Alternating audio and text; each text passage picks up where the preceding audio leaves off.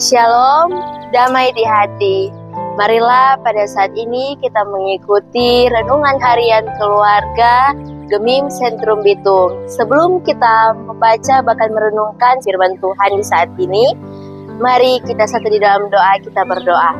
Ya Tuhan Allah, Bapa yang kami imani dalam anak-Mu Yesus Kristus, kami mengucap syukur kepadamu Tuhan ketika Engkau masih memberikan kami kesehatan, kekuatan, kemampuan, sehingga penyertaan Tuhan masih kami rasakan sampai saat ini. Bapa dalam kerajaan sorga, pada saat ini kami akan membaca bahkan merenungkan sebagian dari sabda firman-Mu. Mari Engkau memberkati kami Tuhan, sehingga apa yang akan kami baca bahkan kami renungkan sebentar tidak berlalu begitu saja dalam telinga kami, namun dapat kami praktikkan dalam kehidupan kami. Di dalam nama Tuhan Yesus kami berdoa. Amin. Saudaraku yang terkasih dan diberkati oleh Tuhan, kita akan membaca bahkan merenungkan sebagian dari sabda firman Tuhan di saat ini yang terdapat di dalam kitab Injil Yohanes pasalnya yang ke-20 ayat 9 hingga ayatnya yang ke-10. Kebangkitan Yesus. Sebab selama itu mereka belum mengerti isi kitab suci yang mengatakan bahwa ia harus bangkit dari antara orang mati. Lalu pulanglah kedua murid itu ke rumah. Saudaraku yang terkasih dan terberkati oleh Tuhan Yesus Kristus, pernahkah kita merenung apa arti Alkitab bagi kehidupan kita? Memang setiap orang memiliki pandangan yang berbeda-beda tentang Alkitab. Bagi banyak orang, Alkitab itu mungkin hanya sebuah buku bacaan biasa. Tetapi, bagi kita orang percaya, Alkitab adalah firman Tuhan dari sebuah kesaksian iman dari mereka yang telah merasakan langsung pekerjaan Tuhan yang menyelamatkan. Karena itulah, memahami Alkitab menjadi hal yang sangat penting. Dalam pembacaan firman kita di saat ini, kita diajak untuk melihat bagaimana ketidaktahuan terhadap isi kitab suci berdampak pada cara hidup dan respon para murid Tuhan Yesus. Mereka tidak langsung percaya bahwa Yesus telah bangkit, bukan karena mereka tidak mengasihinya, tetapi karena mereka belum memahami kitab suci yang sebenarnya yang menyatakan bahwa Mesias harus bangkit dari antara orang mati.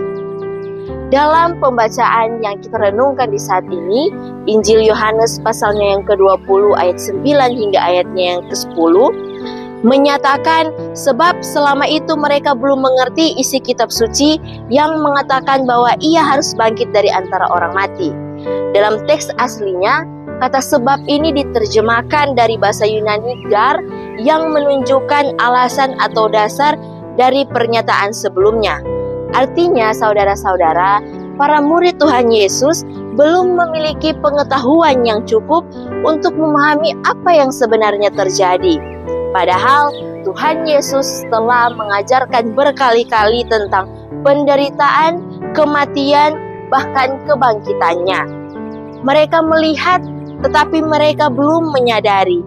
Hati mereka belum terbuka untuk memahami bahwa semua yang terjadi adalah penggenapan dari rencana Tuhan yang telah dinyatakan di dalam kitab suci. Namun, puji Tuhan, melalui peristiwa kebangkitan Tuhan Yesus ini, mata rohani mereka mulai terbuka ketika mereka melihat kubur Yesus yang kosong. Ketika mereka bertemu Yesus yang hidup, barulah mereka mengerti. Saudaraku yang terkasih dan diberkati oleh Tuhan Yesus, pengalaman para murid ini menjadi pelajaran penting bagi kita di saat ini. Janganlah kita menjadi seperti mereka yang belum mengerti arti dari kitab suci yang sebenarnya.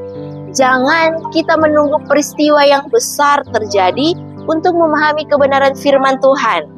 Tuhan telah memberikan Alkitab kepada kita supaya Alkitab itu menjadi petunjuk hidup dan menjadi pedoman hidup bagi kita orang percaya.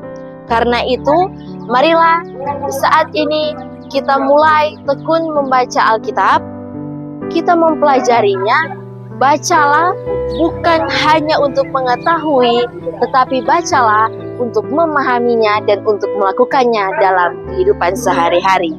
Saudara-saudara yang dikasihi dan diberkati oleh Tuhan kita Yesus Kristus, marilah mulai saat ini kita menumbuhkan rasa cinta dan haus terhadap firman Tuhan di dalam kehidupan sehari-hari.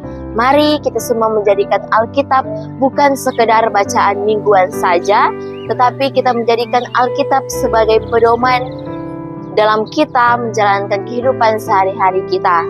Karena di dalam Dia, kita semua memperoleh keselamatan, pengharapan, dan kehidupan yang kekal. Tuhan Yesus memberkati kita semua. Amin.